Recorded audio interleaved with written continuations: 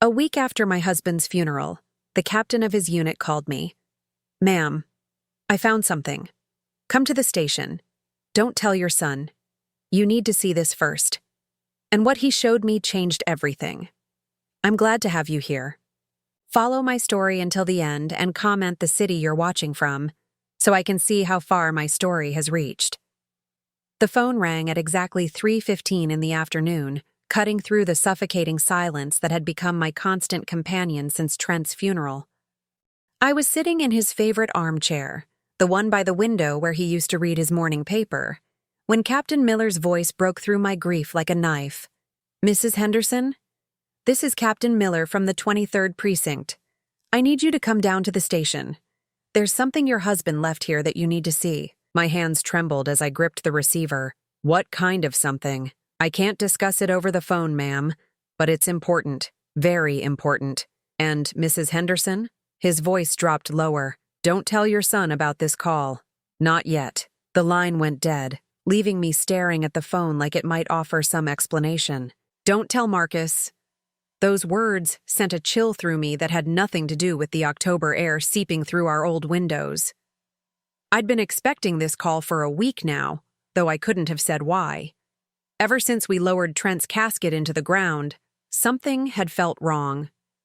Not just the obvious wrongness of losing your husband of 43 years to a sudden heart attack, but something deeper.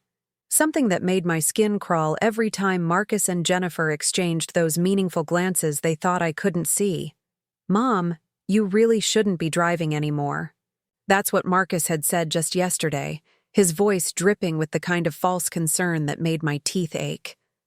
Jennifer had nodded along, her perfectly manicured fingers drumming against our kitchen table like she was already calculating square footage.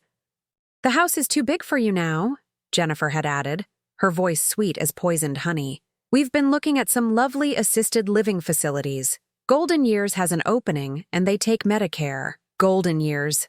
I'd driven past that place. Gray concrete walls, tiny windows, and the smell of disinfectant that couldn't quite mask the odor of people waiting to die. The thought made my stomach turn. But now, sitting with Captain Miller's words echoing in my head, I felt something I hadn't felt since Trent died. Purpose. Whatever he'd left at the station, whatever secret he'd been keeping, I was going to find it. I grabbed my purse and car keys, my arthritic fingers fumbling with the locks. The drive to the station took 23 minutes. 23 minutes of my mind racing through possibilities, each one more disturbing than the last. Captain Miller met me at the front desk, his weathered face grave. He was younger than I'd expected, maybe 50, with kind eyes that reminded me of my late brother. "Mrs. Henderson, thank you for coming. I know this must be difficult."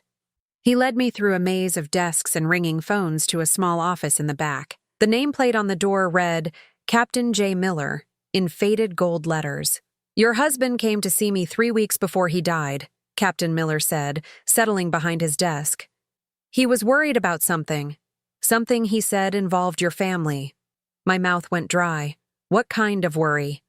Captain Miller opened his desk drawer and pulled out a manila envelope, thick and sealed with tape. Trent's handwriting across the front read, "For Dora, if something happens to me." He said if anything happened to him, I should give this to you personally. He was very specific about that. No one else was to see it first. I stared at the envelope, my heart pounding so hard I could hear it in my ears. Did he say what was in it? No, ma'am, but he did say something else. Captain Miller leaned forward, his expression serious. "He said to tell you that Marcus was in trouble, big trouble, and that people might come looking for money." The words hit me like ice water. Marcus in trouble. It explained so much. The late-night phone calls that stopped abruptly when I walked into the room, the way he'd been pushing me to sign financial papers, claiming it was just easier if he handled everything. Jennifer's sudden interest in our family finances, asking about insurance policies and bank accounts with the enthusiasm of someone planning a shopping spree. "What kind of people?" I whispered. "The kind you don't want showing up at your front door, Mrs. Henderson. The kind who don't take no for an answer when it comes to collecting debts." I took the envelope with shaking hands. It felt heavy, weighted with secrets I wasn't sure I wanted to know. "There's something else," Captain Miller said, his voice gentler now. "Your husband paid for extra patrols around your neighborhood for the next 2 months. He said he wanted to make sure you stayed safe." Safe from what? From whom? The questions burned in my throat, but I could see from Captain Miller's expression that he'd told me everything he knew. The drive home felt like a journey through fog. My mind kept circling back to the envelope sitting on my passenger seat, to Captain Miller's words about debt collectors, to the way Marcus had been acting since the funeral, pushy, impatient, like he was waiting for something to happen. I pulled into my driveway just as Marcus's silver sedan rounded the corner. Perfect timing, as always. He had a key, of course, but lately he'd been using it without calling first, walking into my house like he already owned it. I shoved the envelope deep into my purse just as he knocked on the door. "Mom, there you are. I was worried when you didn't answer the phone." Marcus stepped inside, Jennifer close behind him. She was carrying a stack of papers, and her smile was sharp enough to cut glass. "We brought the Golden Years application," Jennifer announced, settling onto my couch like she belonged there. "The administrator said if we get it in today, you could have the corner room. Much better lighting." I looked at my son, this man who used to curl up in my lap during thunderstorms, who'd cried when his goldfish died, who'd promised at his father's funeral that he'd take care of me. Now he couldn't even meet my eyes. "I'm not ready to move anywhere," I said quietly. "Mom, be reasonable." Marcus's voice had that edge it got when he was frustrated. "This house is falling apart. The stairs are dangerous. What if you fall and no one finds you for days? Your father just died a week ago, which is exactly why we need to think practically," Jennifer interjected. "Grief makes people make poor decisions. We're just looking out for your best interests." Looking out for my best interests. The same words Trent used to mock when telemarketers called, trying to sell us things we didn't need. But Jennifer wasn't selling anything. She was taking. I excused myself to use the bathroom, clutching my purse. In the privacy of the small room, I tore open the envelope with trembling fingers. Inside were photographs, dozens of them. Marcus sitting across from men in expensive suits at various restaurants around town.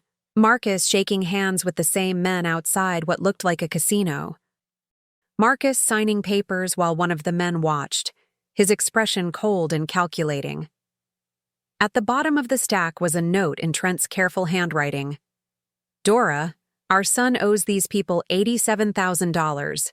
They've threatened all of us. I'm handling it. Trust no one until you're sure you're safe." The safety deposit box key is taped under the kitchen sink. Box number 409 at First National. I love you. T. My legs gave out, and I sank onto the toilet seat, photographs scattered across my lap. $87,000. The number swam in front of my eyes like something from a nightmare. From the living room, I could hear Jennifer's voice getting more insistent, Marcus agreeing with everything she said. They weren't here out of love or concern. They were here because they were scared. And now I knew why. I gathered the photographs and stuffed them back into the envelope, my hands steadier now despite the shock. Whatever game they were playing, whatever danger Marcus had brought to our door, Trent had been one step ahead. The question was, what else had he left for me to find? I waited until Marcus and Jennifer left before retrieving the safety deposit box key from under the kitchen sink. Trent had taped it there so carefully that I almost missed it, hidden behind the garbage disposal's electrical cord. My husband, it seemed, had been planning for this moment long before his heart gave out. The drive to First National Bank the next morning felt like entering enemy territory. Every car in my rearview mirror could be following me. Every stranger on the sidewalk could be watching. Captain Miller's warning about debt collectors had planted seeds of paranoia that were blooming in full color. Mrs. Chen, the bank manager, had known Trent for 20 years. She led me down to the vault personally, her expression somber as she slid the key into box 409. "I'm so sorry for your loss, Mrs. Henderson. Your husband was a good man. He came in about a month ago to update this box." A month ago, right around the time Marcus had started pushing me to sign those financial papers. right around the time Jennifer had begun asking about our insurance policies with the intensity of an investigative reporter. Inside the box were documents that made my blood run cold. Bank statements showing Marcus had borrowed against our house without telling us. Credit reports revealing he'd opened accounts in my name. Most damning of all, a series of threatening letters addressed to our family. The first one was dated 6 months ago, written in block letters on plain white paper. Your son owes us money. $87,412. Interest accumulates daily. Pay or face consequences. The second letter, dated 3 months later, was more specific. Final notice. Your family's safety depends on Marcus fulfilling his obligations. We know where you live. We know your routines. Payment arrangements must be made immediately. The third letter made my hands shake. Mrs. Henderson, your husband's death changes nothing. The debt remains. Your son will contact us within 48 hours, or we will contact you personally.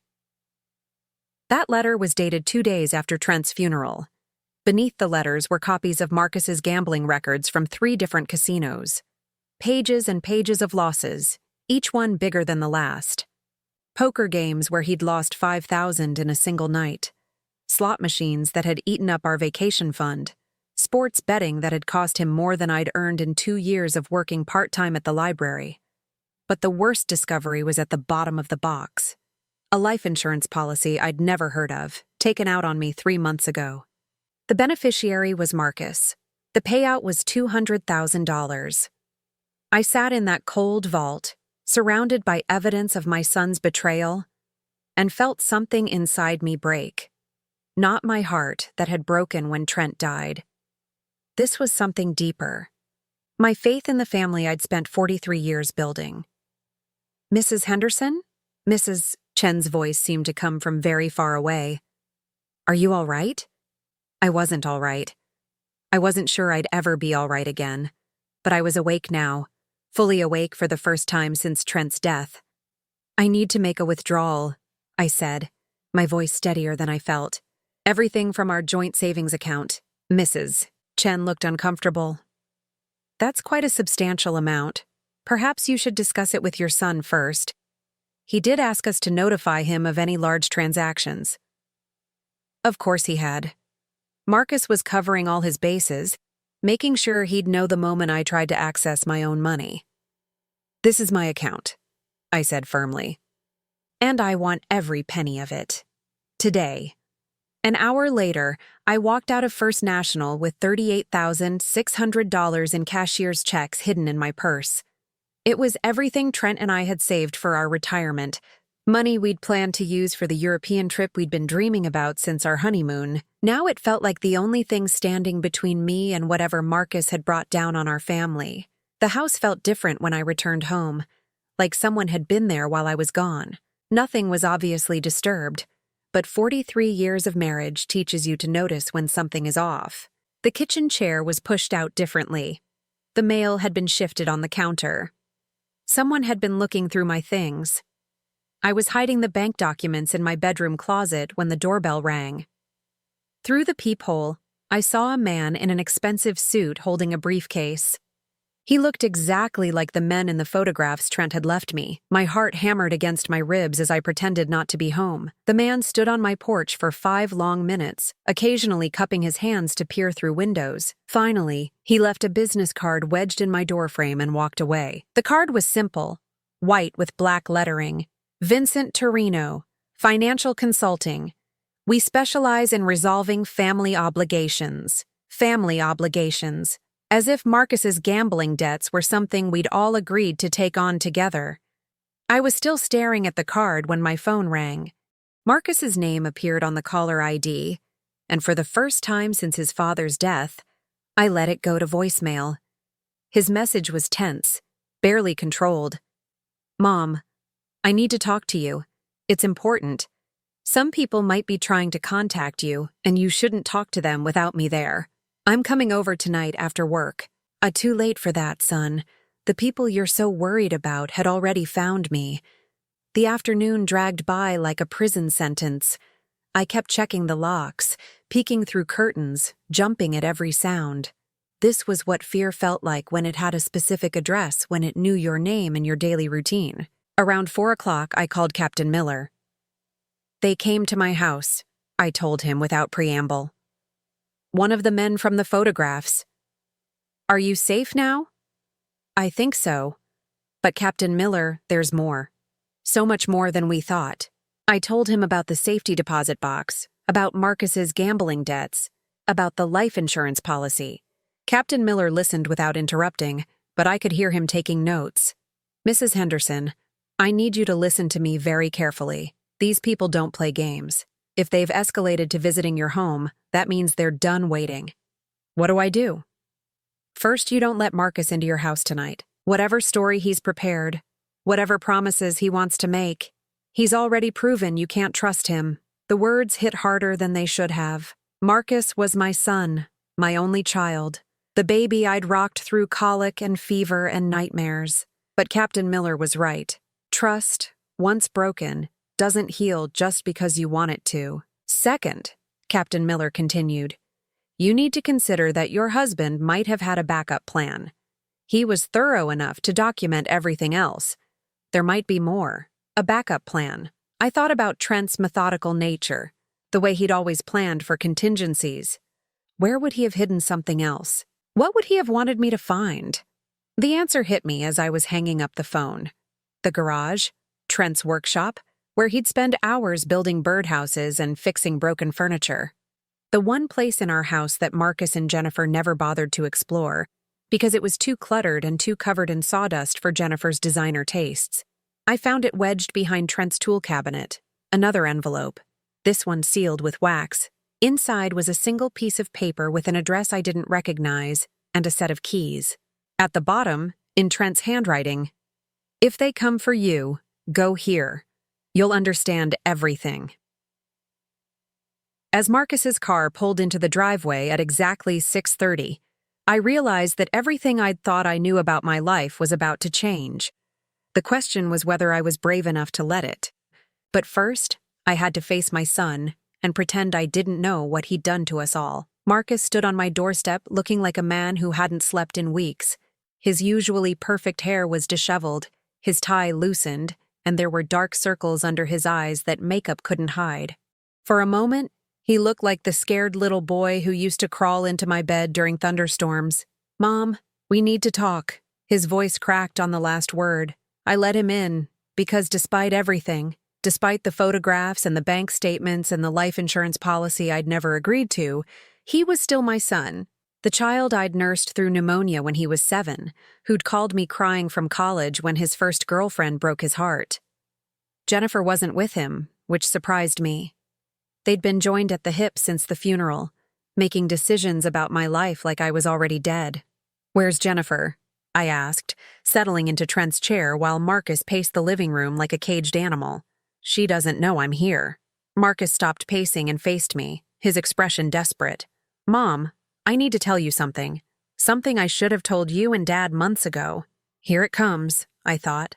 The confession, the apology, the explanation for why my son had tried to steal my life out from under me. "I'm in trouble," he said, his voice barely above a whisper. Bad trouble. I waited, letting the silence stretch between us. Let him fill it with his guilt. "I owe money, a lot of money, to people who don't understand words like payment plan or extension." "How much money?" I asked, though I already knew the answer. Marcus's shoulders sagged. $87,412. The precise amount from the threatening letters. At least he wasn't lying about that. "Gambling?" I kept my voice neutral, non-judgmental, the way I'd learned to speak to him when he was a teenager coming home past curfew. He nodded, unable to meet my eyes. "It started small, just a few hands of poker with guys from work. Then I discovered online sports betting. It was supposed to be fun, you know? A way to make watching games more exciting. The classic story. It always started with fun. But I was good at it, Mom. For a while, I was really good. I won $12,000 in one weekend on a college basketball tournament. And then you lost it." "And then I lost it." Marcus sank into the couch, his head in his hands, all of it. plus more, much more. I studied my son, this 45-year-old man who still expected me to fix his problems. What did your father know? Marcus looked up sharply. What do you mean? Your father knew, didn't he? That's why he was acting strange these past few months. That's why he kept asking about our finances, making sure all our accounts were secure. He confronted me about 6 weeks before he died. Marcus's voice was hollow. Said he'd seen some charges on my credit report that didn't make sense. Casino cash advances, online gambling sites. I tried to lie, but you know how Dad was.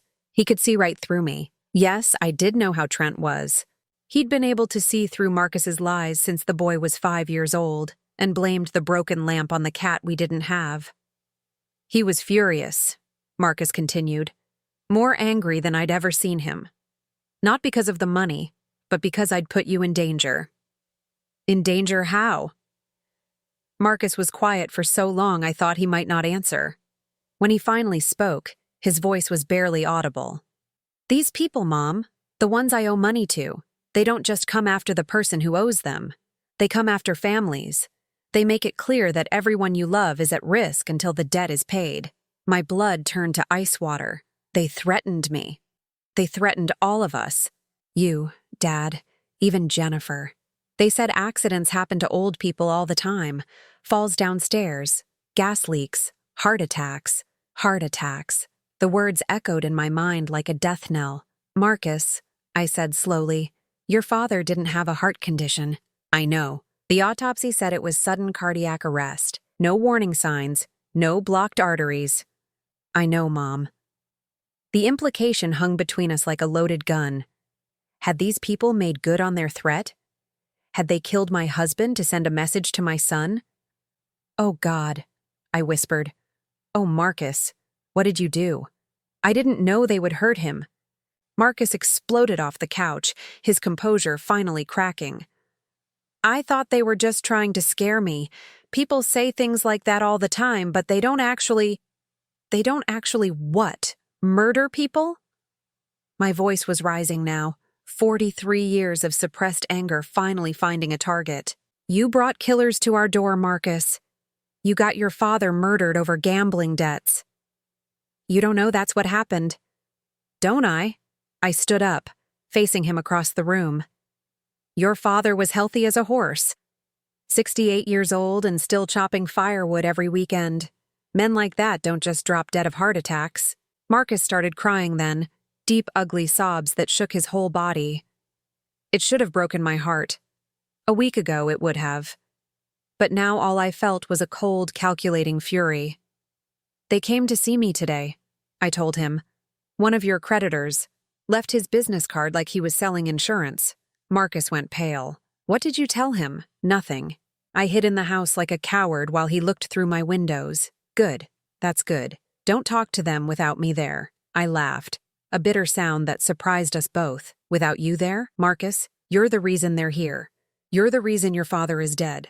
Why would I want you anywhere near me when they come back? Because I have a plan. Marcus wiped his eyes with the back of his hand, suddenly looking more like the businessman he was supposed to be. Jennifer and I figured it out. If we can get you moved into assisted living, we can sell the house and use the money to pay off the debt.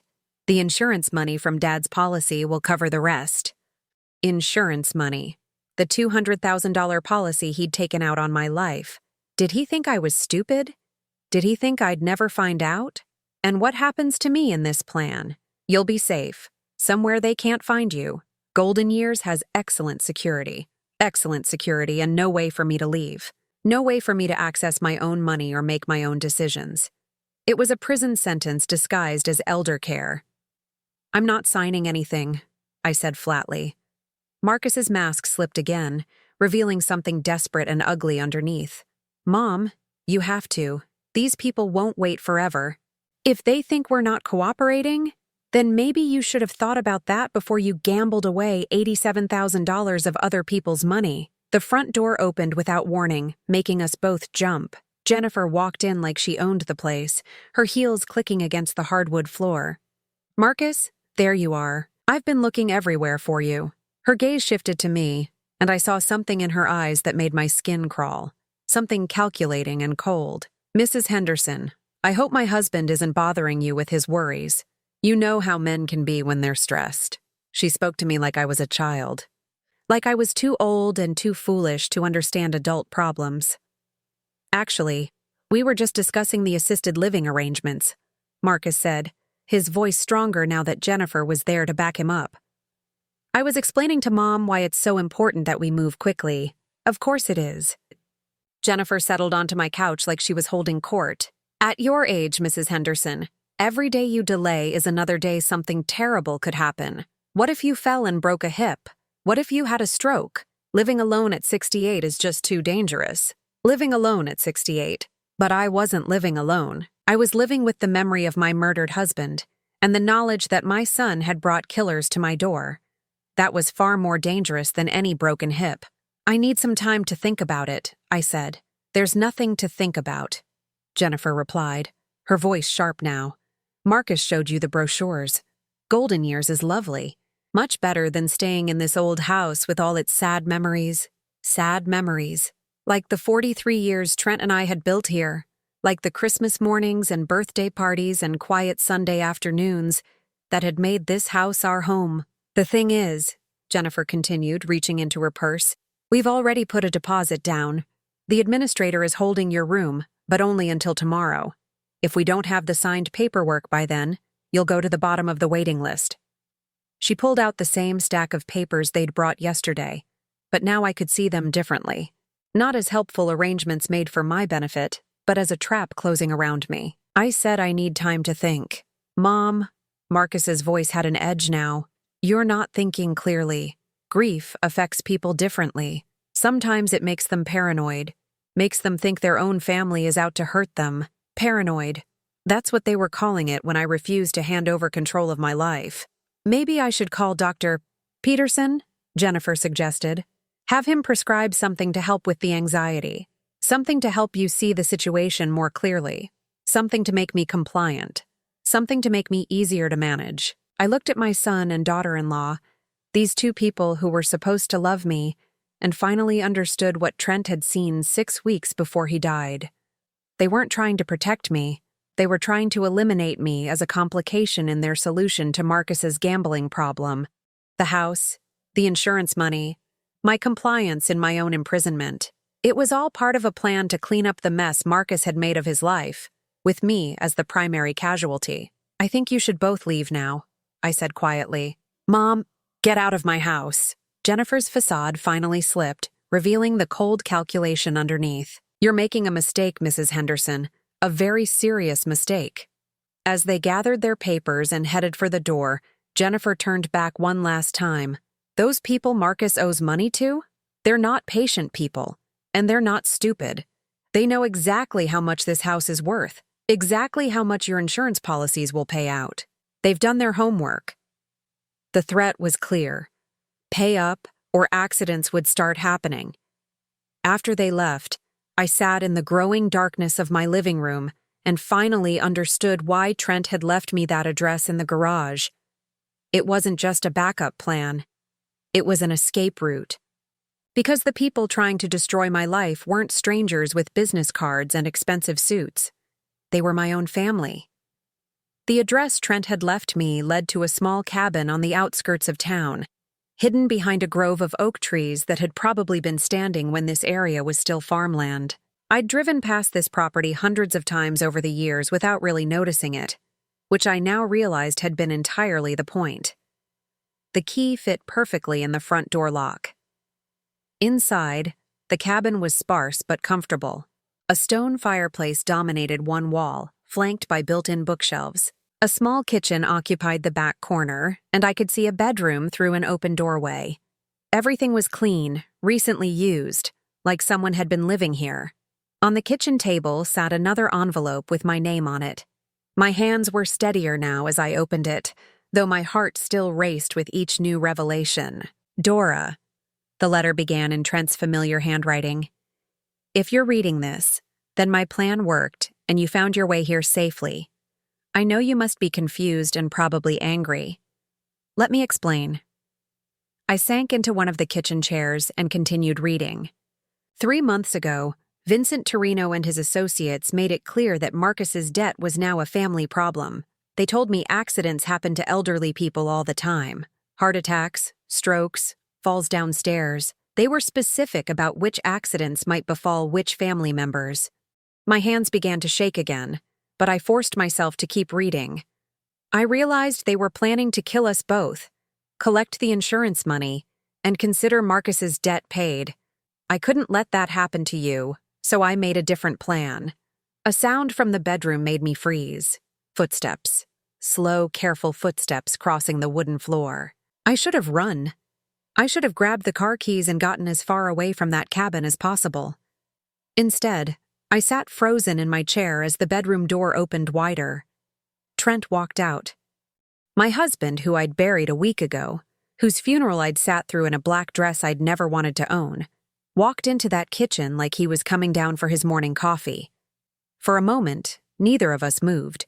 We just stared at each other across the small room. This man I'd loved for 43 years, and this woman who'd spent the last week grieving him. "Hello, sweetheart," he said softly. I must have made some kind of sound, because suddenly he was moving, crossing the room to kneel beside my chair. His hands, warm and familiar, covered mine. "It's really me," he whispered. "I'm so sorry, Dora. I'm so sorry I had to put you through that. I couldn't speak, couldn't breathe, couldn't process the impossible reality of my dead husband's hands holding mine. The funeral," I finally managed. "The casket. I watched them lower you into the ground." "I know." Trent's eyes were wet with tears I hadn't seen since the day his mother died. "I watched too from the back of the cemetery. It was the hardest thing I've ever had to do." "But how? The body, the autopsy, the death certificate." "Dr. Martinez owed me a favor. A big favor. Remember when his son got arrested for drunk driving 3 years ago? I was the one who convinced Judge Williams not to send the kid to prison." I remembered. Trent had spent hours on the phone, calling in decades of political favors to help Dr. Martinez's boy. I'd thought it was just Trent being kind, helping a neighbor in trouble. So when I needed help, Dr. Martinez helped me. The body in the casket was John Doe from the county morgue, an elderly man with no family who'd died of natural causes. Dr. Martinez falsified the identification, listed him as me. My mind reeled. The heart attack? Induced with medication. Doctor. Martinez gave me something to slow my heart rate to almost nothing, make me appear dead for several hours. Long enough to be pronounced deceased and transferred to the morgue. "You could have died for real." "Yes." Trent squeezed my hands. "But if I hadn't done it, we both would have died for real. And Marcus would have spent the rest of his life knowing his gambling got his parents killed." I pulled my hands free and stood up, pacing to the window. Outside, the oak trees swayed in the evening breeze, their leaves rustling with secrets of their own. "How long have you been planning this?" "Since the day Torino's men came to our house and made their intentions clear. They gave Marcus 2 weeks to come up with the full amount, or they'd start collecting from family assets." "Family assets? Is that what I am?" "To them? Yes." Trent stood up slowly, his movements careful. The fake death had clearly taken a toll on him. "Your life insurance policy would cover most of Marcus's debt. The house sale would cover the rest. They had it all figured out. Marcus took out that policy without telling me, under Jennifer's guidance. She's been planning this for months, Dora. Pushing Marcus deeper into debt, encouraging his gambling, making sure he owed more than he could ever repay." I spun around to face him. "What are you talking about? Jennifer isn't just Marcus's wife. She's Vincent Torino's niece." The words hit me like a physical blow. I grabbed the back of a chair to steady myself. "That's impossible. Marcus met her at work. They dated for 2 years before they got married." They dated for 2 years, because that's how long it took to set up the perfect scenario. Marcus was always a mark, Dora. From the very beginning. Trent moved to the bookshelf and pulled out a thick folder. Inside were more photographs, more documents, more evidence of a conspiracy I'd never seen coming.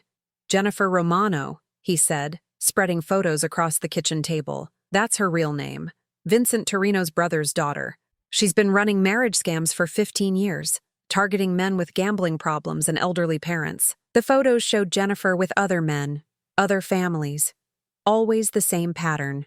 Marry the problem gambler, encourage the addiction, then cash out when the debt became unmanageable. She killed her last husband's mother with a deliberate medication overdose, Trent continued, his voice grim. Made it look like an accident. Collected the insurance and disappeared while the husband went to prison for his debts. I stared at the photos, at this woman I'd welcomed into my home, who'd called me mom and brought casseroles when I was sick. This woman who'd been planning my murder since the day she met my son. Marcus doesn't know, Trent said. He genuinely believes he fell in love with her. She's that good at what she does. Then why haven't you told him? Because it would destroy him, and because I had a better plan. Trent pulled out another folder, this one labeled Vincent Torino, Criminal Associates. Inside were surveillance photos, financial records, and what looked like FBI documents. I've been working with federal investigators for the past 2 months. Torino's organization has been under investigation for loan sharking, money laundering, and murder. They just needed enough evidence to make arrests stick. What kind of evidence? The kind that comes from recording his niece admitting to insurance fraud and planning another murder. I felt the blood drain from my face. You want to use me as bait. I want to give you the choice. You can disappear with me right now. We have new identities waiting, a house in Oregon where no one will ever find us. Or you can help me put them all behind bars and save our son from spending the rest of his life married to a killer. The weight of the decision pressed down on me like a physical force. Run away with my husband, and let Marcus live with a woman who would eventually murder him too. Or stay and fight a battle against people who'd already tried to kill us both. There's something else, Trent said quietly. The federal investigation has uncovered 7 other families like ours. 7 other elderly couples who died in suspicious accidents after their children ran up gambling debts with Torino's organization. 7 families. 7 couples who'd died because their children had made the same mistakes Marcus had made. How do we do it? I asked. Trent's expression shifted to something I'd rarely seen in 43 years of marriage. Cold, calculating fury. We let them think they've won. We let Jennifer believe her plan is working perfectly, and then we record her confession when she comes to finish what she started. When will that be? Tomorrow night. The Golden Years paperwork has a deadline, remember? If you don't sign by then, they'll have to move to more direct methods. More direct methods. Like the heart attack that had supposedly killed my husband. There's one more thing you need to know, Trent said, his voice gentle again. Once we do this, once we testify against them, our old life is over. Even if we win, even if they all go to prison, we can't go back to being the people we were before. Good, I said, surprised by the strength in my own voice. Those people were victims. I don't want to be a victim anymore. Trent smiled then. The first real smile I'd seen from him since he'd walked out of that bedroom. In that case, Mrs. Henderson, let me show you how we're going to destroy the people who tried to destroy us. As he spread the plans across the kitchen table, I realized that my husband hadn't just faked his death to save our lives. He'd done it to give us the chance to fight back.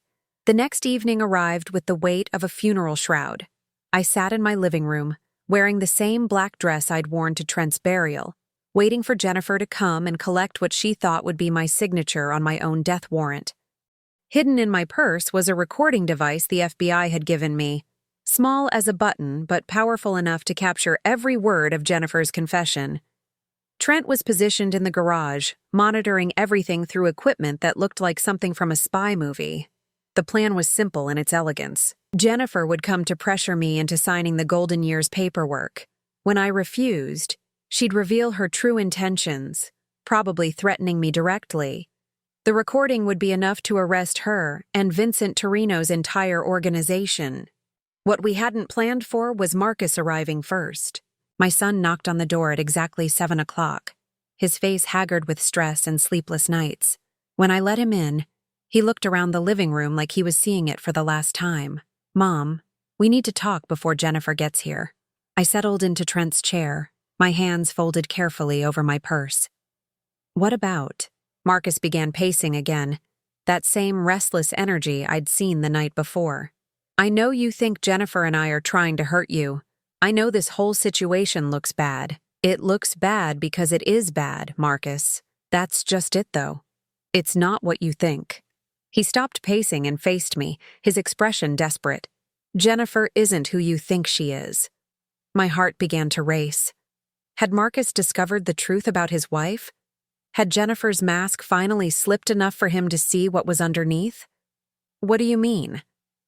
"I mean, she's not just my wife. She's—" Marcus's voice dropped to a whisper, like he was afraid someone might be listening. "She's connected to the people I owe money to." I kept my expression carefully neutral. Connected how? She's Vincent Torino's niece. The admission hit the air between us like a gunshot. I stared at my son, this man who'd brought a viper into our family home, who'd married his own destruction without ever realizing it. "You knew?" I whispered. "I found out 3 days ago. I overheard a phone conversation between her and someone she called Uncle Vincent. She was talking about you, about the house, about the insurance money, 3 days ago. While I'd been grieving his father's death, while I'd been discovering the truth about our family's destruction, Marcus had known his wife was planning to murder me. And you didn't think to tell me this immediately?" Marcus's face crumpled.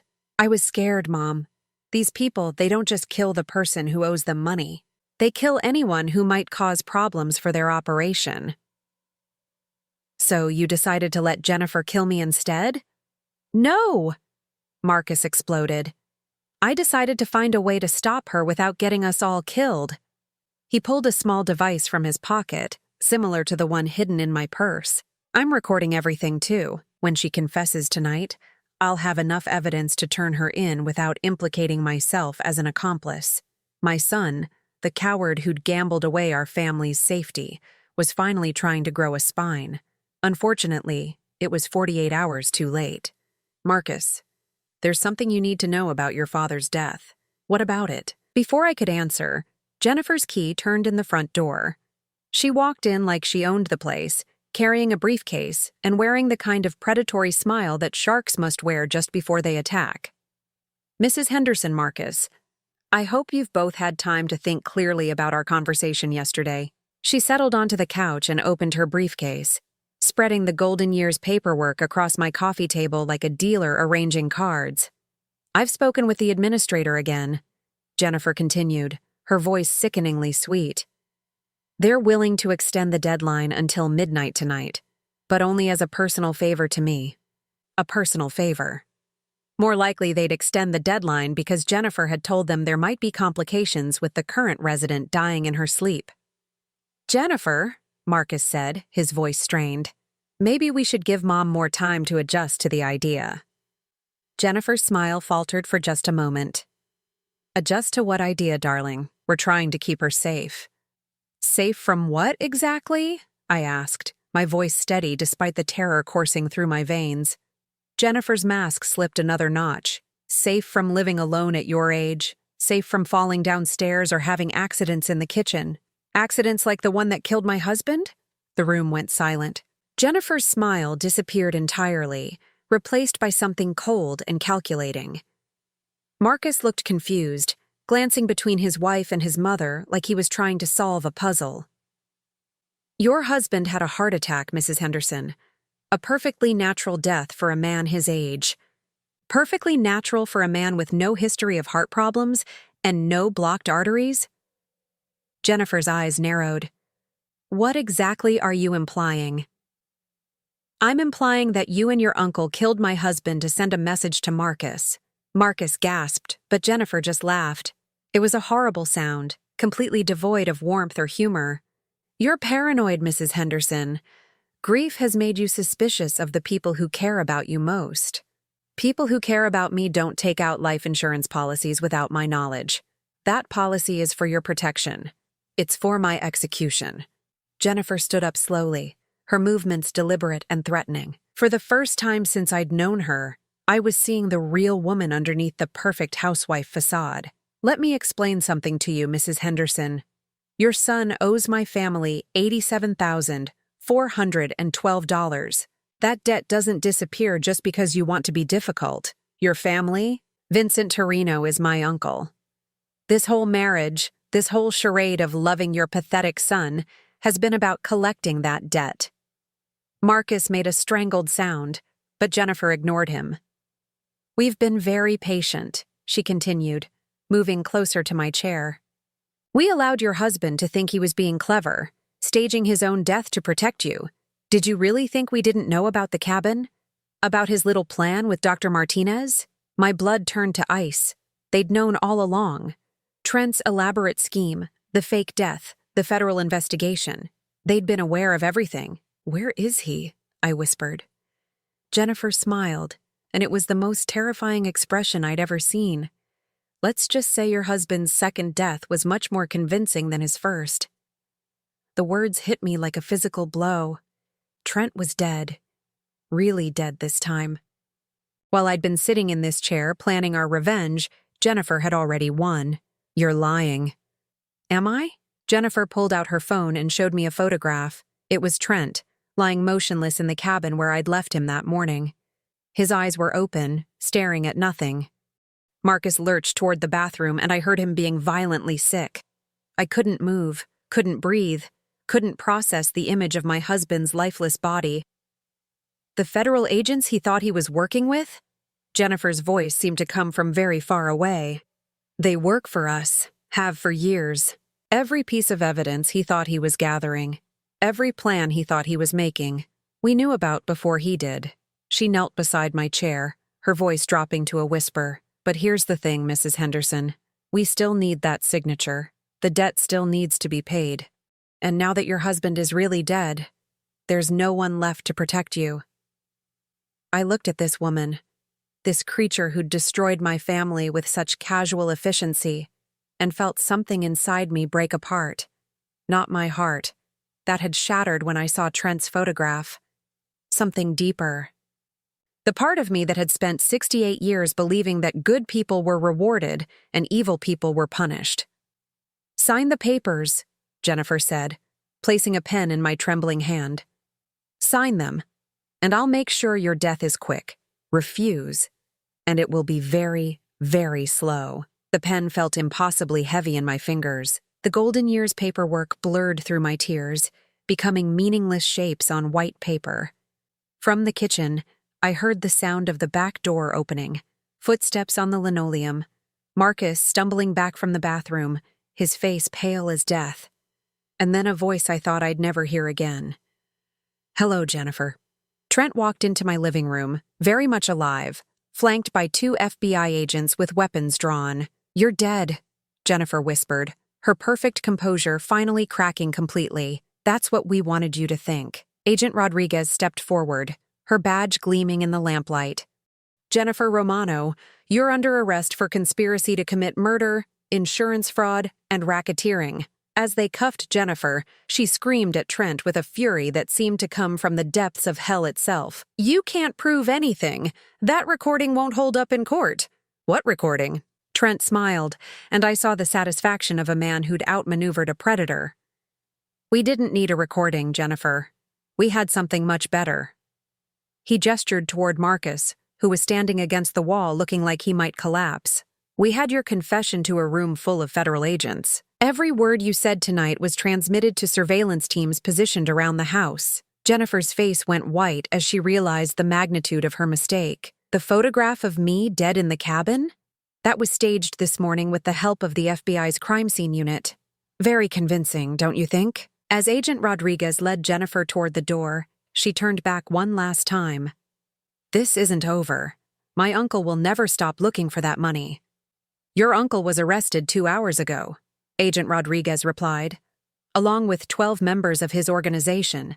It's very much over." The door closed behind them, leaving me alone with my husband and the son who'd nearly gotten us all killed. For a long moment, none of us spoke. We just stood there in the wreckage of what had once been our family. "I'm sorry," Marcus said finally, his voice broken.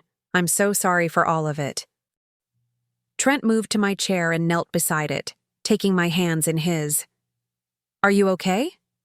I looked at this man who'd died twice to save me, who'd planned an elaborate deception to protect our family, who'd risked everything to give us a chance at justice. "I will be," I said. And for the first time in weeks, I actually believed it might be true. 6 months later, I stood in the kitchen of our new house in Tucson, Arizona, watching the sunrise paint the desert mountains in shades of gold and pink. The house was smaller than our old one, but it was ours in a way the Sacramento house had never been. No ghosts here, no memories of betrayal, no shadows of the family who'd tried to destroy us. Trent emerged from the bedroom, moving slowly but steadily. The stress of the past year had aged him, but there was something lighter about him now.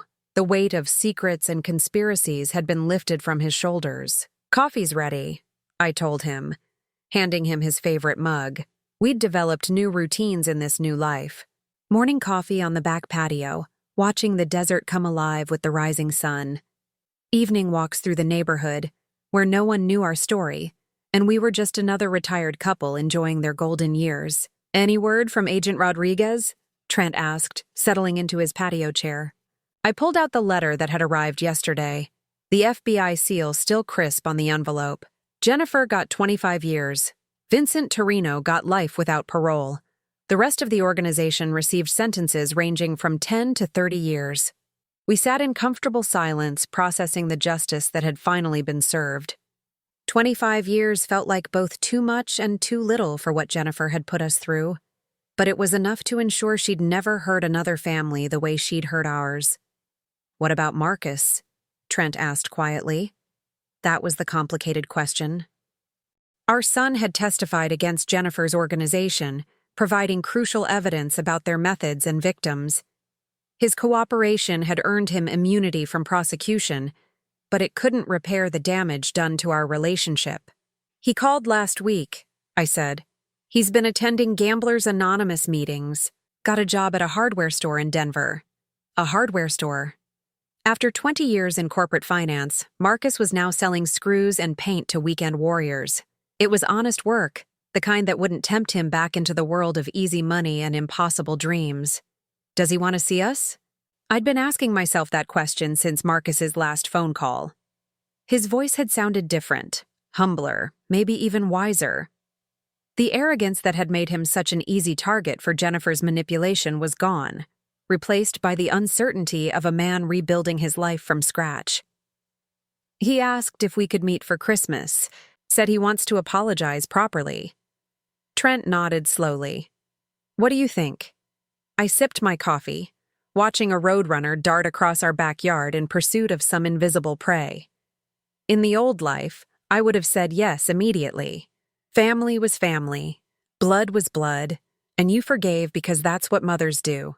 But that Dora Henderson had died in Sacramento, buried alongside the illusions of unconditional love and family loyalty. This Dora Henderson had learned that forgiveness was earned, not given, and that trust once broken required proof of change, not just promises. "I think he's still our son," I said finally, "but I also think we need to see who he's become before we decide what that means." 3 days later, we drove to the small cafe in Phoenix where Marcus had suggested we meet. I'd chosen a public place deliberately, neutral ground where emotions couldn't spiral out of control. Marcus was already waiting when we arrived, sitting at a corner table with his hands wrapped around a coffee cup, like it might anchor him to reality. He looked older, thinner, wearing clothes from discount stores instead of the designer suits Jennifer had insisted upon. But his eyes were clearer than I'd seen them in years. "Mom, Dad." He stood when we approached, his movements uncertain. "Thank you for coming." We sat across from him, the small table feeling like a vast chasm between our old life and whatever came next. "You look good," I said, and meant it. The stress lines around his eyes had softened, and there was something peaceful about him that hadn't been there during the Jennifer years. "I feel better than I have in a long time." Marcus's voice was steady, without the underlying desperation that had marked his speech during those final awful weeks in Sacramento. "I wanted to tell you both some things I should have said months ago." Trent leaned back in his chair, his expression carefully neutral. "We're listening." Marcus took a deep breath, like a man preparing to dive into deep water. "I know what I did was unforgivable. Not just the gambling, but bringing those people into your lives, putting you in danger. I know saying I'm sorry doesn't change anything." "No," I said quietly. It doesn't. But I want you to know that I understand now what Jennifer was doing. How she manipulated me. How she encouraged every bad decision I made. The therapist I'm seeing, she helped me see the pattern. The therapist.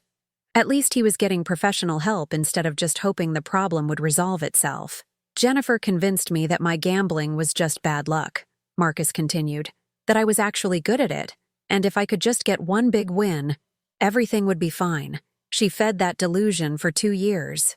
Why? Trent asked. What did she get out of encouraging you to lose money?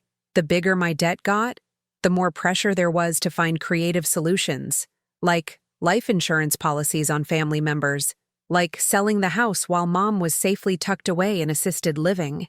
Marcus's hands shook slightly as he spoke. I could see the effort it took him to voice these truths, to admit how completely he'd been manipulated. She made me believe that you'd be happier somewhere safe, somewhere you'd be taken care of.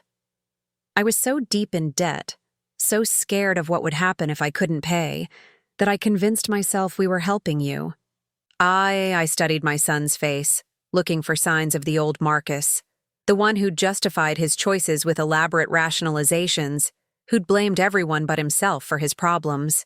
This Marcus looked different, broken down and built back up, maybe stronger in the places where he'd been shattered. What's your plan now? I asked. Keep working. Keep going to meetings. Keep seeing the therapist. Marcus met my eyes directly for the first time since we'd sat down. And try to become the kind of man you and Dad could be proud of again. Again.